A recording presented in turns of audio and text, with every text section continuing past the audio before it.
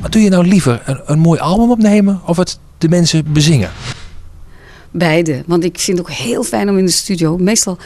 Meestal doen we dat met altijd dezelfde technicus. Dat is wat in het verleden altijd Peter Bulkes en mijn man. Met ons drietjes zingen we dan in. En Alain van Zeveren heeft meestal, de man die ook in de radio's vroeger nog zat, een heel goede muzikant, heeft de meeste arrangementen gemaakt. Meestal waren we met ons drietjes in de studio en dan zo heel, gewoon op ons gemakje rustig aan en precies dat sfeertje krijgen wat we graag hebben. En dat vind ik heel fijn. Maar natuurlijk ook wil ik, als ik gezichten zie van mensen, als ik heel veel optredens van mij worden er best wel wat traantjes weggepinkt. Maar ook Polonaise, dus dat is ook weer leuk.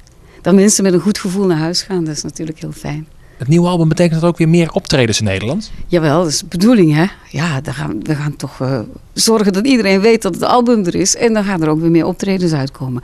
Nu, die optredens hebben nooit stilgelegen. Hè. Die zijn er ook wel geweest, ook in Nederland. Maar ietsjes minder. De voorbije jaren was meer België.